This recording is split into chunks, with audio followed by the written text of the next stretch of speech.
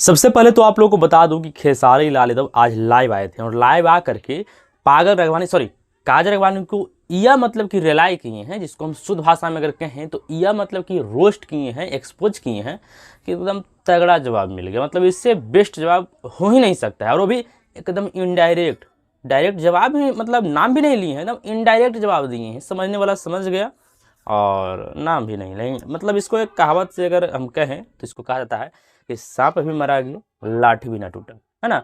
और मेरा जहाँ तक मानना यह है कि अब इससे आगे और कुछ जवाब देना भी सही नहीं होगा, क्योंकि खेसारी यादव खुद बोल रहे थे लाइव में कि किसी को जवाब उसी को दिया जाता है जो कि लेवल में हो, मतलब कि जिसके बारे में हम कुछ कहें, है ना। ऐसा नहीं किसी को भी उठा पटा के कुछ भी कोई बोलते रहे और उसको हम जवाब दे दें। तो इस तरह का बात बोल रहे थे, जो कि मुझे अच्छा लगा कि वाकई में हैसियत होना चाहिए सामने वाला का रिप्लाई लेने के लिए, समझे। तो खेसारी यादव ने बढ़िया से बेस्ट एकदम तरीका अपनाया है सामने वाला को इनडायरेक्ट रूप से जवाब देने का कहिए, रिलाई करने का कहिए, एक्सपोज करने का कहिए, जो कुछ भी कहिए। हालांकि मजा खूब आया। हालांकि कुछ लाइव वीडियो में अपने गाने का प्रमोशन भी किए, बताए भी किस किस गाने के बारे में चर्चा किए, सब चीज़ के बारे में। हालांकि क्या एग्जैक्ट वर्ड मतलब किए हैं काजल राघवानी के लिए इनडायरेक्ट रूप से, आप खुद उस थोड़ा सा बात को सुन लीजिए। बिगड़ जाई का बिगड़ी, लेकिन अब हम बिगड़े बना तू कितनो करबू हम ना बिगड़े, हम ठीक बनी अभी। खैर छोड़िए ये सब बात। आप लोग तो जानबे करते हैं कि खेसारी यादव का जो अहिरान गाना आया था वो यूट्यूब, इंस्टाग्राम हर जगह तबाही मचा करके रख दिया था। यहाँ तक कि इंस्टाग्राम पर जो डाटा होता है उसको क्रैश कर दिया था। मतलब इतना उस पर रील बन रहा था, इतना रील बन रहा था कि 29 को से ज़्यादा रील शो ही नहीं कर रहा था। मतलब दिखाई दे रहा था कि 29 को रील बनाया, लेकिन हम लोग समझ रहे थे कि रील का मतलब इतना वहाँ पे अपलोड हो रहा है, इतना रील अपलोड हो रहा है कि वहाँ का डाटा क्रैश हो चुका है, जिसकी वजह से अपडेट नहीं कर रहा है, शो नहीं कर रहा है। हालांकि आज शो कर दिया है। शायद 1,31,000 मतलब कि व्यूज रील जो बनता है वो शो कर रहा था कि मतलब इस गाना पे 1,31,000 रील बन चुका है। हालांकि और भी डाटा मतलब कि अपडेट करना है, इतना ही नहीं बना है, अभी डाटा को और भी अपडेट किया जाएगा। अभी पूर्ण रूप से अपडेट नहीं हुआ है। मतलब कह सकते हैं कि जो क्या बोलते हैं, अहिरान गाना जो आया है वो धर के तबाही ला दिया है, फाड़ करके रख दिया है। मतलब यूट्यूब पर तो 78 नंबर पर टॉप म्यूजिक वीडियो में ट्रेंड कर रहा है पूरे वर्ल्ड में। इंस्टाग्राम पे नंबर 1 पे भी ट्रेंड किया था, अभी ट्रेंडिंग में है लेकिन नंबर 1 पे भी नहीं है, ट्रेंड नंबर 1 पे किया था। इतना रील बना के वहाँ के डाटा क्रैश हो गया। मतलब हर जगह तबाही सुनामी ला करके रखती हैं। हालांकि आज भी एक उनका गाना आया है खेसारी यादव का, जिसका टाइटल है हंसे लुका है।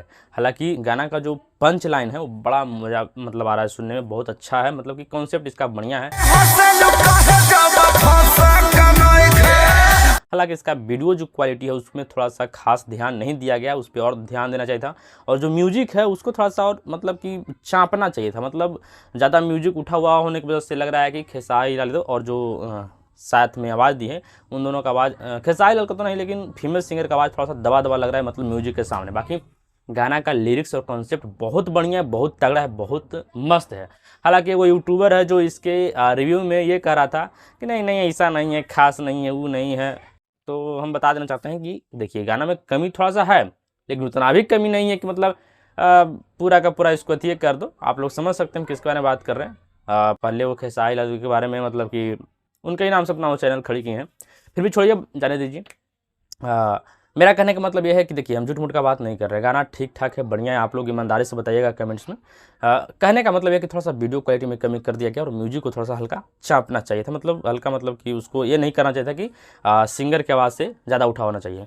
बाकी इस पर आप लोग का जो भी विचार है, राय है, कमेंट बॉक्स में बताइएगा कि मेरा जो कहना है वो सही है या फिर गलत है। अब बात कर लेते हैं मनीष कश्यप के बारे में। देखिए इनका दशा और दिशा देख करके लगता है कि मतलब इनका तो स्थिति ऐसे ही हो गया है कि ना घर के ना घाट के रह गए हैं, है ना।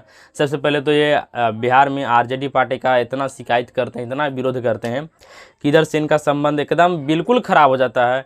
इसके बाद बीजेपी ज्वाइन करते हैं और बीजेपी ज्वाइन करने के बाद इनको क्या मिलता है बदले में, ये भी हर किसी को मालूम है। बताने की ज़्यादा ज़रूरत इस पर नहीं है, ज़्यादा चर्चा करने का ज़रूरत नहीं है, ये भी सबको मालूम है।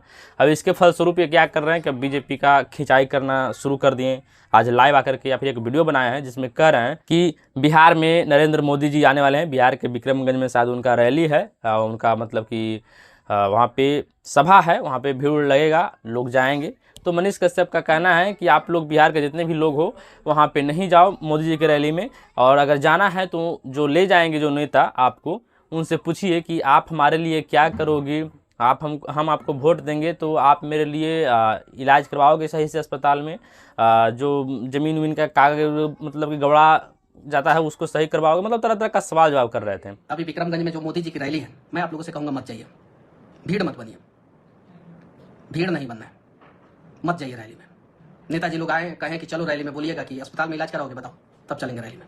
बोलिएगा सीओ जो है मेरा जमीन का कागज जो है गड़बड़ किया उसको ठीक कराओगे, बोलो, चलेंगे हम रैली में। अगर नेता इतना नहीं कर सकता है मत जाइए। अगर एक रैली मोदी जी का बिहार में जो है वो भीड़ के हिसाब से फ्लॉप हो गया, अगर भीड़ नहीं पहुंच पाई, फिर मोदी जी पूछेंगे इन नेताओं से क्या कर रहे हो बिहार में। तो देखिए, हम तो यही सलाह देना चाहेंगे कि मनीष कश्यप जी, जो कुछ भी आपके पास बचा हुआ है वो भी सब खत्म हो जाएगा ये सब करने से। अब जहाँ है वहाँ अस्थिर से रहिए।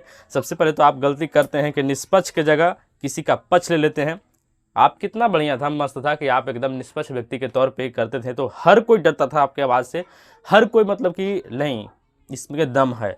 लेकिन आज आपका ऐसा दशा और दिशा हो गया है कि आज आपका मतलब कि वैल्यू कहिए, तवज्जो कहिए, कुछ नहीं मिलने वाला है मेरे समझ से। बाकी आप जो कुछ भी आप कर सकते हैं कह सकते हैं, इसमें कहीं से कोई ये नहीं है, रोक टोक नहीं है, और हम रोक टोक करने वाले होते कौन है। लेकिन मेरा जहाँ तक विचार है कि वैसा करने से आपका वैल्यू जो है 0.00% में रह जाएगा, क्योंकि आपका सच्चाई, आपका हकीकत अब हर कोई धीरे धीरे जान रहा है और आपका मतलब ही समझ रहा है। बाकी इस पर आप लोग की राय क्या है कमेंट बॉक्स में जरूर बताइएगा। आप लोग को जानते हुए बहुत ही ज़्यादा आश्चर्य होगा कि उधर भारत और पाकिस्तान का युद्ध चल रहा था, ऑपरेशन सिंदूर चल रहा था, और इधर जो खान सर हैं, जो लोग के बच्चों के स्टूडेंट्स के सबसे ज़्यादा फेवरेट टीचर हैं, वो अपना शादी रचा लिए।